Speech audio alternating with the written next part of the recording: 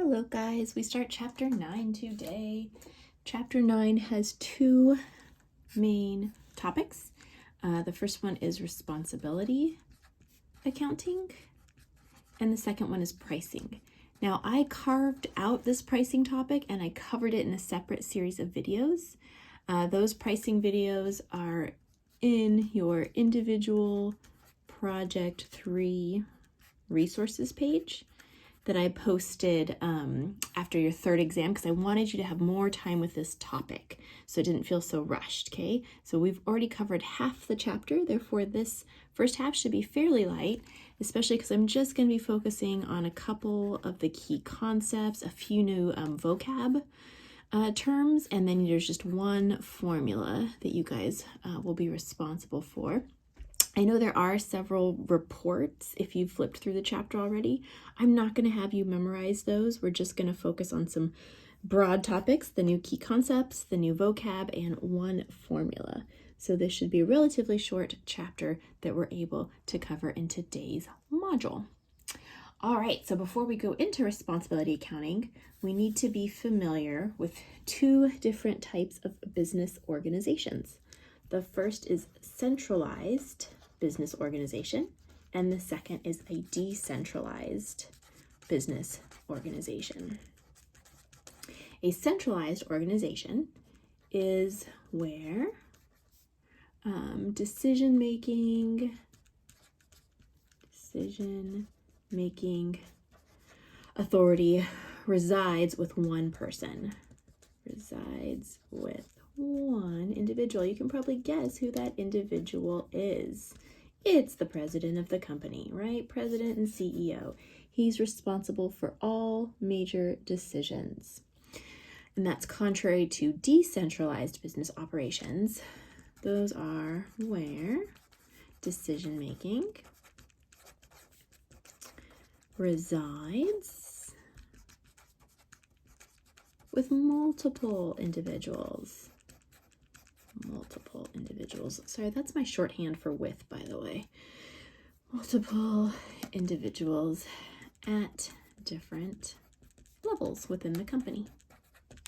Okay, so I'll kind of do a little flow chart of that. There's also an example of this flow chart in your book. In case mine is too messy, there is one on page 465 if you would prefer to see a pretty one. All right, so in centralized operations, everybody reports to the president, right? All the major departments and divisions. So if we have the departments of selling, so our sales department, our operation department, manufacturing department, and finance, right? There could be more, right? Marketing, product development, research, whatever. Just a few categories for the purpose of this example. So all major departments within the company report directly to the president. If they also have further categories based on their region, right? So maybe they have northern operations, maybe they have southern operations, and west, right?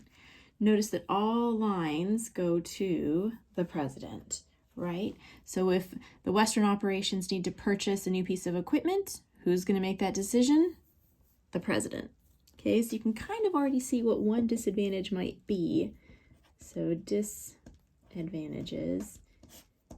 Length of time, right? So decisions take longer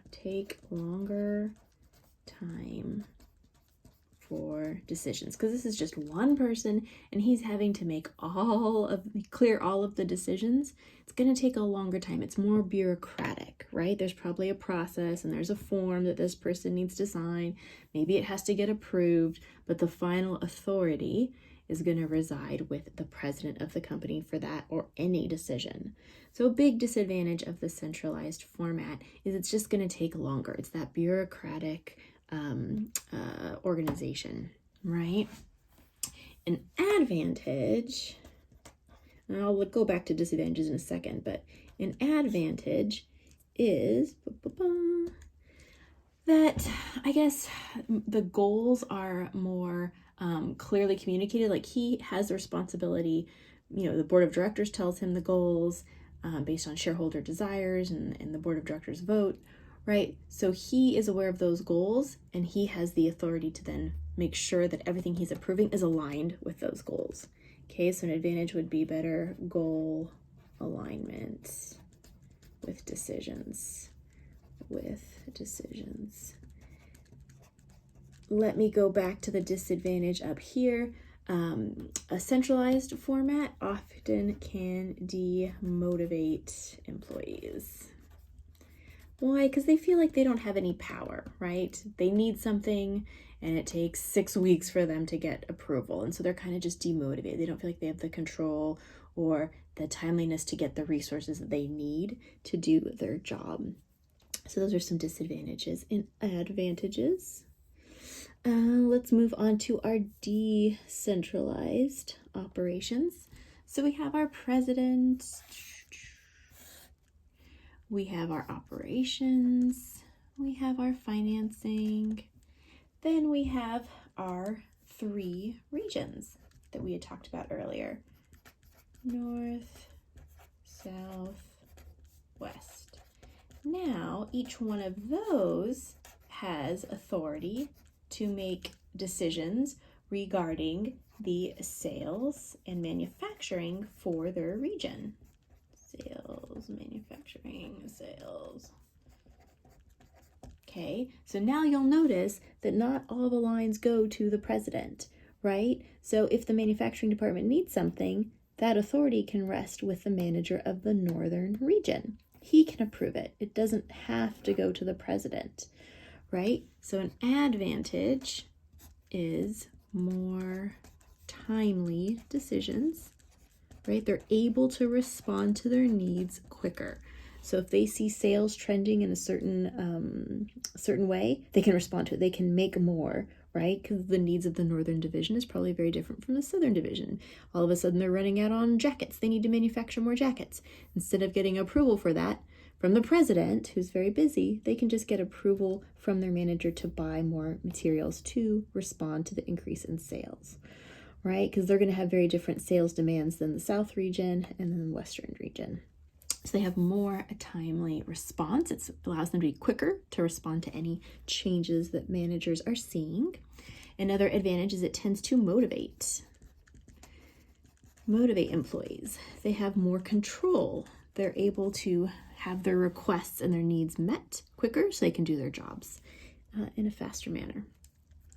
Disadvantage, we can see a misalignment happening, misalignment of goals, right? We see individual departments kind of caring about their own individual department and getting their needs met, and maybe that conflicts with or is in a different ranking of priority than the overall company goals. So there tends to be a misalignment there.